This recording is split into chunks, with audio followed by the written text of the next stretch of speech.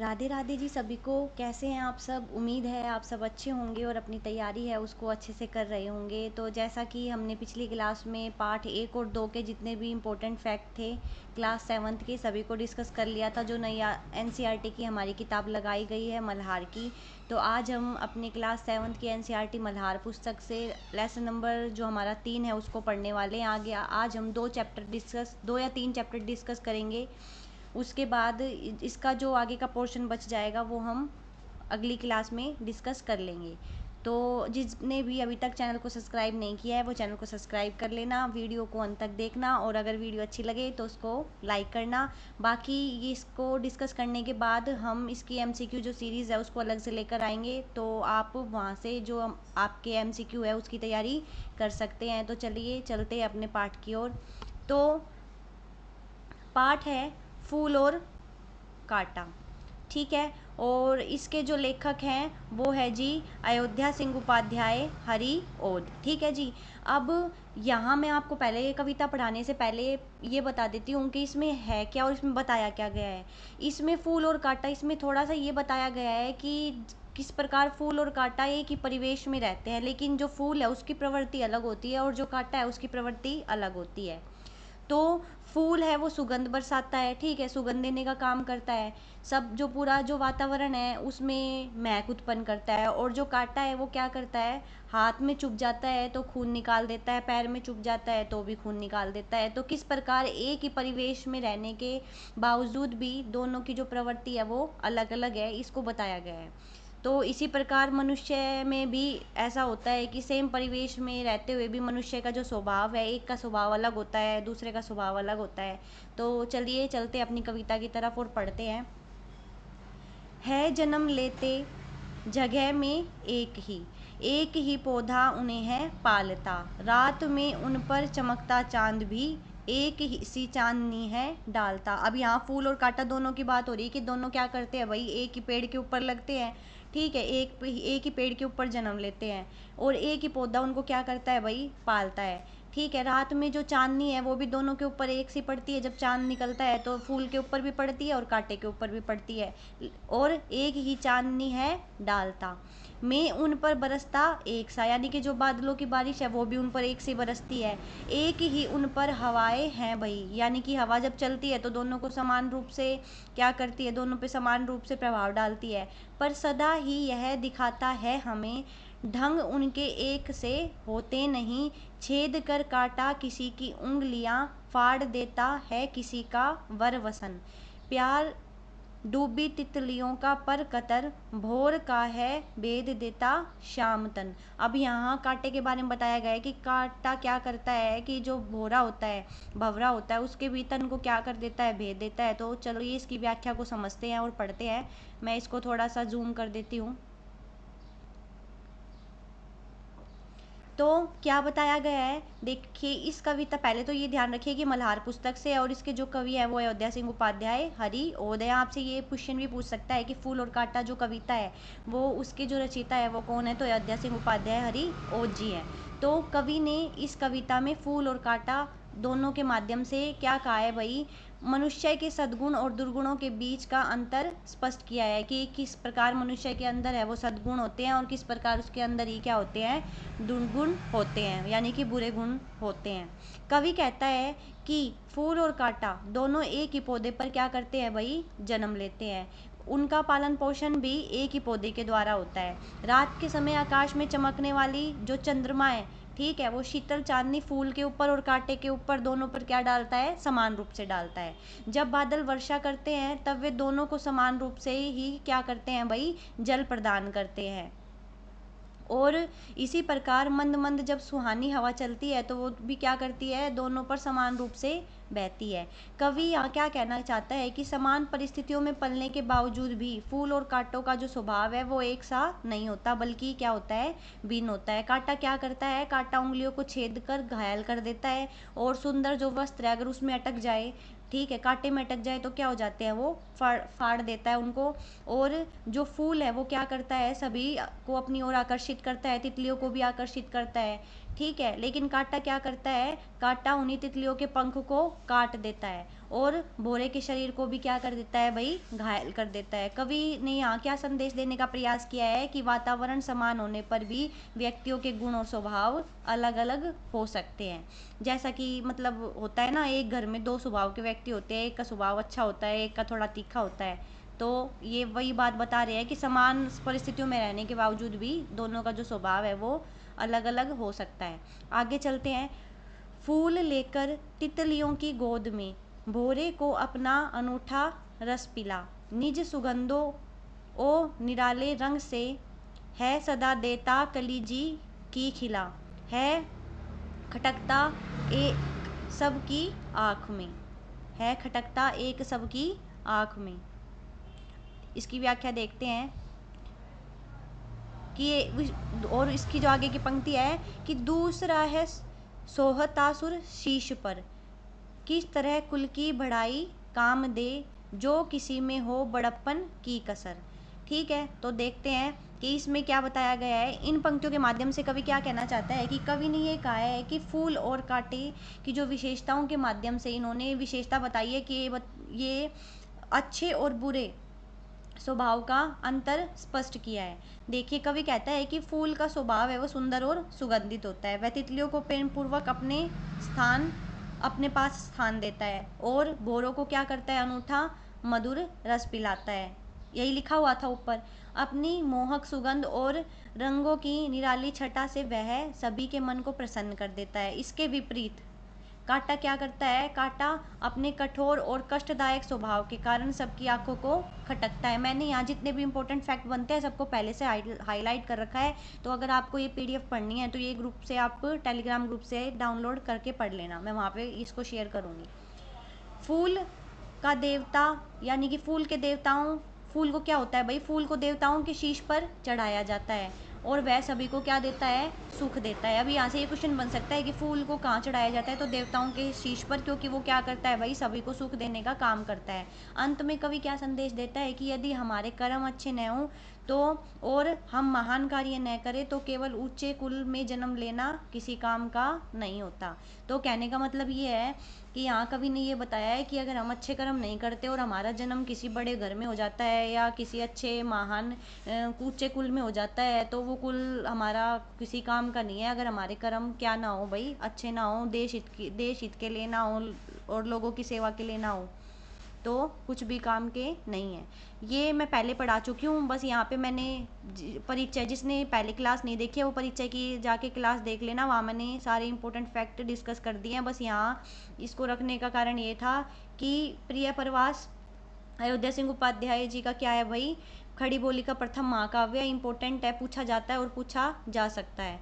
ठीक है, और इनके बाद बच्चों के लिए उन्होंने कई कविता संकलन है उनके प्रकाशित हुए, उसमें ये याद रखना है, चंद्र खिलौना और खेल तमाशा। ठीक है, विशेष रूप से उल्लेखनीय है, ये पूछी जा सकती है कि चंद्र खिलौना और खेल तमाशा। तो यहाँ हमारा ये जो चैप्टर है पूरा होता है। अगले चैप्टर पे चलते हैं, पार्ट 4 पे, पानी रे पानी। इसमें पानी के चक्र को बताया गया है कि किस प्रकार पानी का चक्र है वो चलता है और पहले किस प्रकार का था, आज मतलब पानी के लिए किस प्रकार का संघर्ष लोगों को झेलना पड़ता है, वो सारी जो बातें हैं वो इस पाठ में बताई गई है। तो चलिए पढ़ते हैं इस पाठ को। तो पानी रे पानी, कहाँ से आता है हमारा पानी और फिर कहाँ चला जाता है हमारा पानी। हमने कभी इस बारे में कुछ सोचा है, सोचा तो नहीं होगा शायद, पर इस बारे में पढ़ा जरूर होगा। भूगोल की किताब में पढ़ते समय जल चक्र जैसी बातें बताई जाती हैं। एक सुंदर सा चित्र भी होता है उसमें पाठ के साथ, सूरज, समुद्र, बादल, हवा, धरती, फिर बरसात की बूंदें और लो, फिर बहती हुई एक नदी होती है और उसके किनारे पर बसा क्या होता है, तुम्हारा हमारा घर या गांव और शहर। चित्र के दूसरे भाग में यही नदी अपने चारों तरफ का पानी लेकर उसी समुद्र से मिलती दिखाई देती है। चित्र में कुछ तीर भी बने होते हैं। समुद्र से उठी भाप बादल बनकर पानी में बदल जाती है। तो पहला क्वेश्चन तो यही बनता है कि किससे उठी भाप किस में बदल जाती है, तो समुद्र से उठी भाप किस में बदल जाती है भाई, पानी में बदल जाती है। अगला यहाँ से ये क्वेश्चन बनता है आगे। और फिर वह तीरों के सहारे जल की यात्रा एक सफ़र से शुरू होकर समुद्र में वापस मिल जाती है और जल चक्र पूरा हो जाता है। यह तो हुई जल चक्र की किताबी बात, पर अब तो हम सबके घरों में, स्कूलों में, माता पिता के कार्यालय में, कारखानों और खेतों में पानी का कुछ अजीब सा चक्र सामने आने लगा है। क्या आने लगा है? आजकल पानी कैसे आता है? मोटरों से, यही लिखा हुआ है आगे। नलों में अब पूरे समय पानी नहीं आता। नल खोलो तो उससे पानी के बदले सूसू की आवाज़ आने लगती है। पानी आता भी है तो बेवक्त आता है, यानी कि कभी सुबह, कभी शाम, कभी दोपहर, कोई फिक्स टाइम नहीं है। कभी देर रात तो कभी बहुत सवेरे। मीठी नींद छोड़कर घर में उठकर क्या करते हैं? बाल्टियाँ, बर्तन और घड़े भरते फिरो, यही तो काम करते हैं सारे। पानी को लेकर कभी कभी कहीं कहीं आपस में तू मैं भी होने लगती है। आगे चलते हैं। रोज के इन झगड़े और टंटों से बचने के लिए कई घरों में लोग क्या करते हैं? नलों में पाइप में मोटर लगवा लेते हैं। ठीक है, इससे कई घरों का पानी खींचकर एक ही घर में आ जाता है। यह तो अपने आसपास का हक छीनने जैसा काम हो गया, लेकिन मजबूरी मानकर इस काम को मोहल्ले में कोई एक घर कर बैठे तो फिर और कोई घर यही करने लगते हैं। क्या करते हैं? और कई घर यही करने लगते हैं कि एक ने मोटर लगवा ली तो फिर सबको लगवानी पड़ेगी। पानी की कमी और बढ़ जाती है। शहरों में तो अब कई चीज़ों की तरह पानी भी बिकने लगा है। यह कमी गांव शहरों में भी नहीं, बल्कि हमारे प्रदेशों की राजधानी विशेषकर। अब यहाँ ये ध्यान रखना है कि यहाँ पाठ में किस किस का नाम आया है। तो क्या किन किन का नाम आया है? नंबर 1 पर दिल्ली, नंबर 2 मुंबई, नंबर 3 कोलकाता, चेन्नई और बेंगलोर। ठीक है, ये नाम ध्यान रखने हैं। दिल्ली, मुंबई, कोलकाता, चेन्नई और बेंगलोर जैसे बड़े शहरों में भी लोगों को भयानक कष्ट में डाल देती है। ठीक है, यहाँ भी क्या होता है भाई? पानी कम आता है। देश के कई हिस्सों में तो अकाल जैसी हालत बन जाती है। यह तो हुई गर्मी के मौसम की बात, जब पानी कम आता है। अब आगे बात कर लेते हैं। लेकिन बरसात के मौसम में क्या होता है? लो, अब सब तरफ पानी ही पानी बहने लगता है। हमारे तुम्हारे घर, स्कूल, सड़कें, ठीक है, रेल की पटरियों पर भी पानी भर जाता है। और देश के कई भाग बाढ़ में डूबे नजर आते हैं, डूब जाते हैं। यही बात है। यह बाढ़ न गाँव को छोड़ती है और न मुंबई जैसे बड़े शहरों को। कुछ दिनों के लिए सब कुछ थम जाता है, सब कुछ बह जाता है। ये हालात हमें बताते हैं कि पानी का बेहद कम हो जाना और पानी का बेहद ज़्यादा हो जाना, यानी अकाल और बाढ़, एक ही सिक्के के दो पहलू हैं। तो ये ध्यान रखना है कि पानी रे पानी पाठ में किन दो जो समस्याएं हैं उनका जिक्र किया गया है। तो एक है अकाल और दूसरी है बाढ़। यदि हम इन दोनों को ठीक से समझ सके तो संभाल ले तो कई समस्याओं से क्या होगा भाई? छुटकारा मिल सकता है। चलो, थोड़ी देर के लिए हम पानी के इस चक्र को भूल जाते हैं और याद करें अपनी गुल्लक को। जब भी हमें कोई पैसा देता है, हम खुश होकर दौड़कर उसे झट से अपनी गुल्लक में डाल देते हैं। 1 रुपया, 2 रुपया, 5 रुपया, कभी सिक्के तो कभी छोटे बड़े नोट, सब इसमें धीरे धीरे जमा होते जाते हैं। और फिर सब कभी क्या करते हैं? जब हमें ज़रूरत होती है तो हम पैसे को निकाल लेते हैं और गुल्लक से हमें बचत प्राप्त हो जाती है और हम उस गुल्लक का उपयोग करते हैं। आगे चलते हैं। हमारी ये धरती भी इसी तरह की एक खूब बड़ी गुल्लक है। अब यहाँ ध्यान रखना है, यहाँ प्रश्न ये बनता है कि पानी रे पानी पाठ में धरती को क्या कहकर संबोधित किया गया है या क्या कहकर उसकी तुलना की गई है? तो उसकी तुलना किसके साथ की गई है भाई? गुल्लक के साथ की गई है।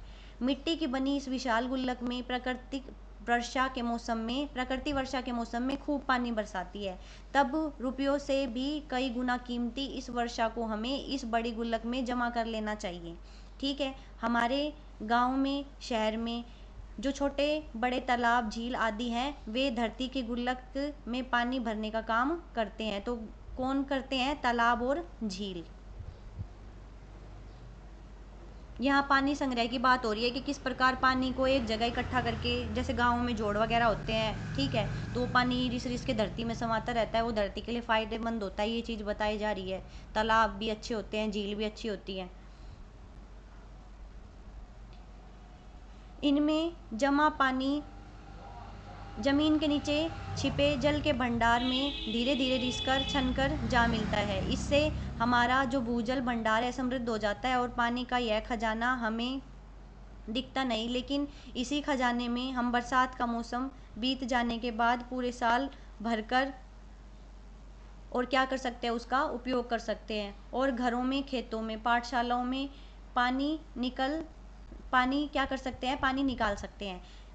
ऐसा भी आया जब हम लोग इस छिपे खजाने का महत्व भूल गए और ज़मीन के जो तालाब वगैरह हैं वहाँ पे क्या करने लगे, ज़मीन पे जो साइड में बने हुए गाँव में तालाब वगैरह होते हैं वहाँ पे क्या करने लगे भाई, कचरे को क्या करने लगे, पटकने लगे। ठीक है, और वहाँ पे क्या करने लगे, हमने उस ज़मीन को क्या बना दिया, समतल बना दिया। देखते ही देखते इन पर क्या बन गए, बाजार बन गए, स्टेडियम बन गए और सिनेमा आदि खड़े हो गए। तो पानी का जो स्रोत था जहाँ पे हम पानी को जमा करते थे वो क्या हो गए, अब ख़त्म होने लग गए हैं।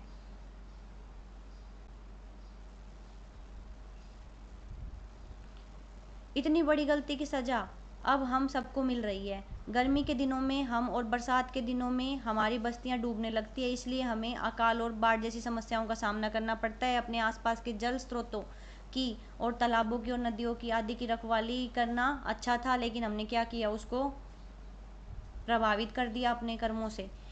जल चक्र हम ठीक से समझे, जब बरसात हो तो उसे थाम ले, अपना भूजल अपनी गुल्लक भरते रहें, तभी हमें ज़रूरत के समय पानी की कोई कमी नहीं आएगी। ठीक है, और इसका पानी का ठीक से उपयोग करें। ठीक है, और हम क्या कर सकते हैं, हम पानी के चक्कर में फंसते चले जाएंगे। नहीं तो क्या होगा, अगर हम अपनी जो ये चक्र है इसको नहीं सुधारेंगे तो हम क्या होगा भाई, फंसते चले जाएंगे। यानी कि पानी है वो क्या होता चला जाएगा भाई, कम होता चला जाएगा। तो यहाँ हमारा जो चैप्टर है वो पूरा होता है। चलते हैं अगले चैप्टर की तरफ। इससे जितने भी इंपॉर्टेंट एमसीक्यू है मैं आपको एक क्लास में करा दूंगी, पूरी क्लास 7th की 1 से लेके जितने भी पार्ट हैं सारे पार्ट के एमसीक्यू हम अलग से क्लास में कर लेंगे। अब ये अगला पार्ट है, पार्ट 5, और नहीं होना बीमार। और मैंने इसका नाम आपको याद करवाया था ट्रिक से। क्या नाम था लेखक का, स्वयं प्रकाश। ठीक है, स्वयं प्रकाश द्वारा लिखित है, और ये है क्या भाई, नहीं होना बीमार चैप्टर। और इसमें है क्या, इसमें एक बच्चा है, ठीक है, और वो स्कूल ना जाने के लिए बहाना बनाता है। क्या बहाना बनाता है कि मुझे क्या स्कूल नहीं जाना, मेरे पेट में दर्द हो रहा है, सिर में दर्द हो रहा है और बुखार हो रहा है।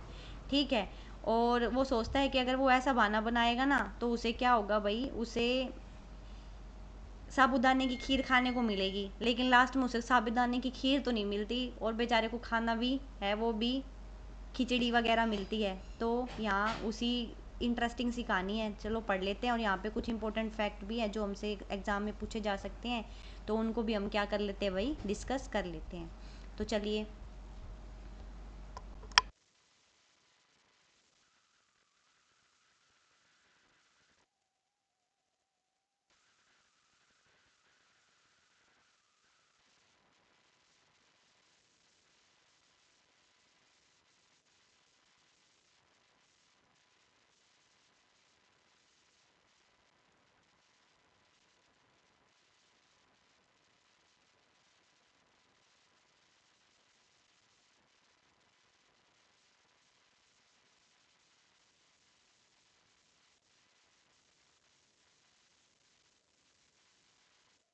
चलिए अपने पाठ को स्टार्ट करते हैं। और पाठ में क्या है कि एक दिन मुझे साथ लेकर नानी जी, यानी कि जो बच्चा है वो अपने कहाँ रहता है, वही नानी जी के है।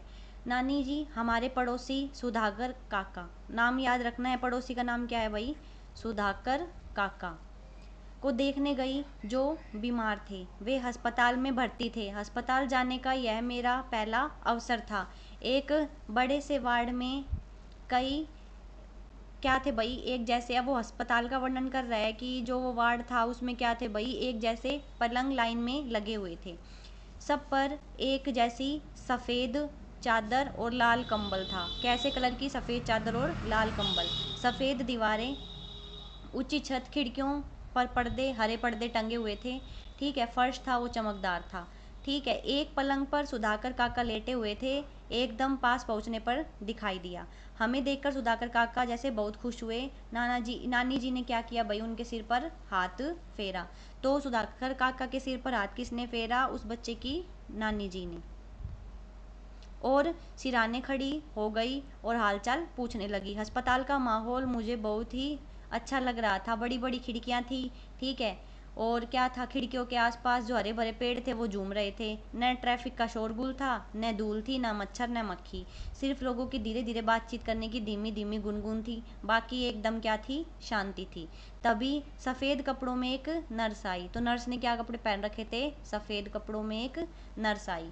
नर्स ने नानी जी को देखकर अभिवादन से सिर हिलाया। काका को दवा खिलाई। नानी जी काका के लिए साबूदाने की खीर बनाकर लाई थी। याद रखना है कि नानी जी थी वो सुधाकर काका के लिए क्या बनाकर लेके आई थी, साबूदाने की खीर। नर्स ने पूछा खिला दूँ क्या, नर्स से उन्होंने पूछा कि खिला दूँ क्या। नर्स के हाँ कहने पर उसके जाने के बाद नानी जी ने चम्मच से धीरे धीरे काका जो थे उनको साबूदाने की खीर खिलाई। काका ने बहुत स्वाद लेकर खीर खाई। क्या ठाट है बीमारों के भी। अब वो बच्चा सोच रहा है कि बीमारों के भी क्या ठाट है। मैंने सोचा ठाट से साफ सुथरे बिस्तर पर लेटे रहो और साबूदाने की खीर खाते रहो। कहा सुधाकर काका की जगह मैं होता, मैं कब बीमार पड़ूंगा। अब वो सोच रहा है कि मैं कब बीमार पड़ूंगा कि मेरे को भी साबूदाने की खीर खाने को मिलेगी। तो आगे चलते हैं।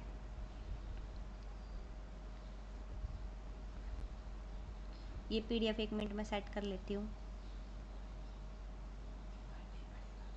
कुछ रोज बाद मेरा क्या था भाई, स्कूल जाने का मन नहीं था। मैंने होमवर्क भी नहीं किया था। अब कारण क्या था कि स्कूल ना जाने का, कि मैंने होमवर्क भी नहीं किया था। स्कूल जाता तो ज़रूर सज़ा मिलती। तो मैंने सोचा कि बीमार पड़ने के लिए आज का दिन बिल्कुल ठीक रहेगा, चलो बीमार पड़ लिया जाए। तो मैं रजाई से उस दिन निकला ही नहीं। ठीक है, नानी जी उठाने आई तो मैंने कहा मैं आज बीमार हूँ, मैं स्कूल नहीं जाऊँगा। तो नानी ने पूछा क्या क्यों, क्या हो गया। तो उसने कहा कि मेरे सिर में दर्द हो रहा है, पेट भी दुख रहा है और मुझे क्या हो गया है, बुखार हो गया है। 3 बहाने, सिर दर्द हो रहा है, पेट दर्द हो रहा है और बुखार हो गया है। नानी जी क्या हो गई, चली गई। मैं रजाई में पड़ा पड़ा घर में चल रही गतिविधियों का अनुमान लगा रहा था कि भाई कौन क्या कर रहा होगा। कमरे में पड़ा है लेटा लेटा, अनुमान लगा रहा है कि कौन क्या कर रहा होगा। तो अब वो सबसे पहले अपने छोटे मामा के बारे में बताता है कि छोटे मामा नहाकर निकले। ठीक है, और मौसी का नाम क्या है, याद रखना है, कुसुम मौसी। रोज की तरह नाश्ता छोड़कर कॉलेज की बस पकड़ने के लिए भागी। मतलब उसकी डेली कॉलेज की बस निकलती है, वो लेट हो जाती है। अब मन्नू अपना जूता ढूंढ रहा है। ठीक है, यहाँ एक बच्चे का नाम आया है, क्या, मन्नू अपना जूता ढूंढ रहा है। अब छोटे मामा क्या हुआ भाई, साइकिल, यहाँ मिट गया, ये थोड़ा सा ब्लर हो गया, मैं यहाँ लिख देती हूँ। क्या है भाई, साइकिल लेकर साइकिल उठाई और अब वो चले गए। अब घर में मैं अकेला रह गया। पता नहीं कब तक, कब जब किसी आ गई और वो सो गया। तभी नाना जी आए। क्या हो गया, क्या हो गया, बुखार आ गया, मैंने कहराते हुए कहा। देखे, नाना जी ने रजाई हटाकर मेरा माथा छुआ, पेट देखा और नब्ज देखने लगे। अब उस बच्चे को चेक किसने किया, उसके नाना जी ने।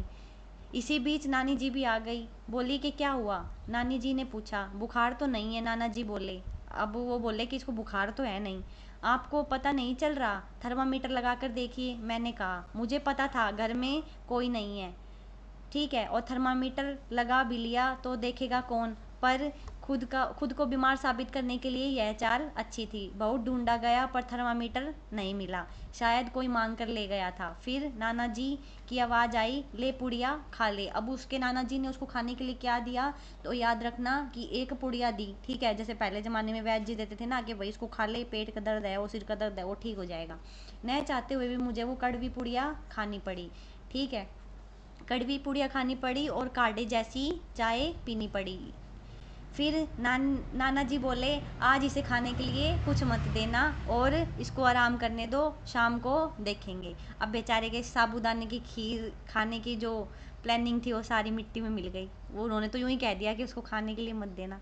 दोनों चले गए, नानी जी भी चले गई और नाना जी भी चले गया। वो बेचारा कमरे में अकेला लेटा हुआ है।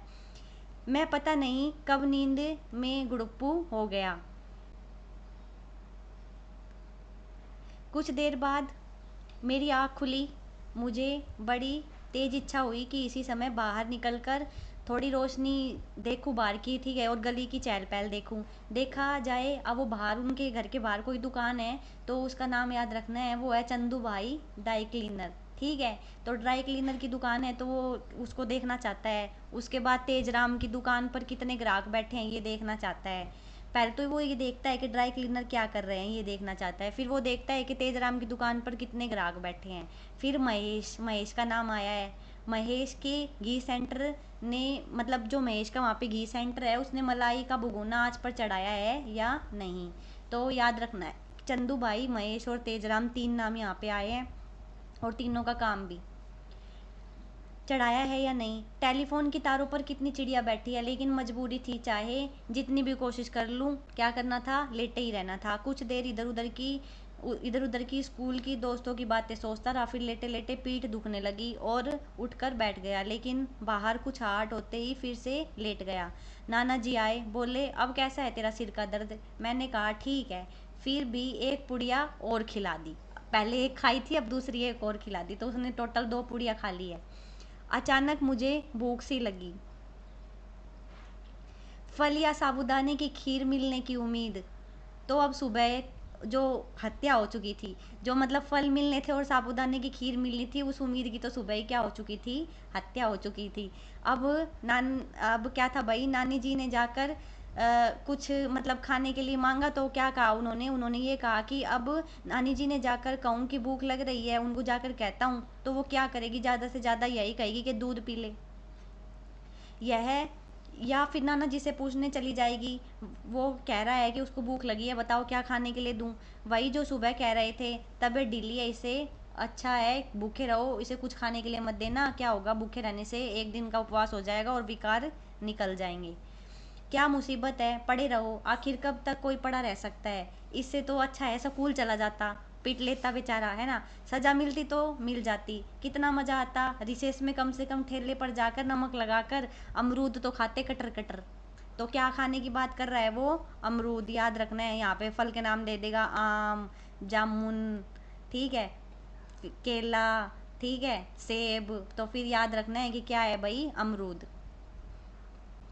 फिर फिर झपकी लग गई, लेकिन भूख के कारण ठीक से नींद नहीं आ रही थी और आँख जरा लगती भी थी तो खाने की चीज़ें दिखाई देती थी, मतलब अब उसको है ना, सपने में भी आँख बंद होते ही खाने की चीज़ें नज़र आती थी। और क्या क्या नज़र आता था, गर्मा गर्म खस्ता कचौड़ी, मावे की बर्फ़ी, बेसन की चिक्की और गोलगप्पे और साबूदाने की खीर। कचौड़ी, बर्फ़ी, चिक्की, गोलगप्पे और साबूदाने की खीर, ये नाम याद रख लेना कि भाई क्या क्या। पता नहीं साबूदाने की खीर सिर्फ उपवास या बीमारी के दिनों में ही क्यों बनाई जाती है, क्यों होली दिवाली या कोई विशेष अवसर पर बनाई जाती है, कोई वैसे नहीं बनाई जा सकती। तो वो कहता है कि जैसे गुंजिया, गुंजिया क्या होता है, जो होली के अवसर पे ही बनती है, ज़्यादातर होली और दिवाली पे बनाई जाती है, पंजीरी सिर्फ पूर्णिमा के दिन ही बनाई जाती है। ऐसा क्यों है, क्या ये चीज़ें जब इच्छा हो तब नहीं बनाई जा सकती, कोई मना करता है, हे भगवान। यह तो अच्छी खासी बोरियत हो गई, पूरा दिन कोई कैसे काट लेता है, और शाम को, क्या शाम को भी नाना जी बाहर जाने देंगे, सोचने लगा। सारे बच्चे हल्ला मचाते हुए आंगन में खेल रहे होंगे और बिस्तर पे पड़ा झक मार रहा होगा अक्लमंद, और वो खुद को कहता है कि और बनो अक्लमंद, और बनो बीमार, और आज दिया गया होमवर्क उसका क्या, फिर उसकी तो क्या करनी पड़ेगी, कॉपी मांगनी पड़ेगी किसी से, और वो बेचारा क्या हो गया, रुआसा सा हो गया। पास के कमरे में होती खटर पटर से अंदाजा हुआ कि मन्नू स्कूल से आ गया है। अब याद रखना है यहाँ पे, वो उसको अब ऐसे लगा कि मन्नू स्कूल से आ गया है, तो क्या बज गया। बर्तनों की भी आवाज़ आ रही है, यानी कि उसकी जो नानी है वो शाम के बर्तन धो रही है, शायद सब लोग खाना खाने बैठ रहे हैं। मन्नू एक बार भी मुझे देखने नहीं आया। अब वो इसके बारे में सोच रहा है कि भाई मुझे है ना एक बार भी देखने के लिए नहीं आया। ठीक है, आया भी होगा तो दबे पाँव लौट गया होगा मुझे सोता जानकर, उसने सोचा होगा कि मैं सो रहा हूँ। वो खाना खा रहे हैं, चबाने की आवाज़ आ रही है, देखो उन्होंने एक बार भी आकर पूछा नहीं कि तू क्या खाएगा, पूछते तो मैं साबूदाने की खीर ही तो मांगता। ठीक है, कोई ताजमहल तो नहीं मांग लेता, लेकिन क्या अब रहो भूखे, इससे सारे विकार निकल जाएंगे, विकार निकल जाएंगे बस, चाहे इस चक्कर में तुम खुद क्या हो जाओ, भूख के शिकार क्यों ना हो जाओ, है ना। आगे चलते हैं।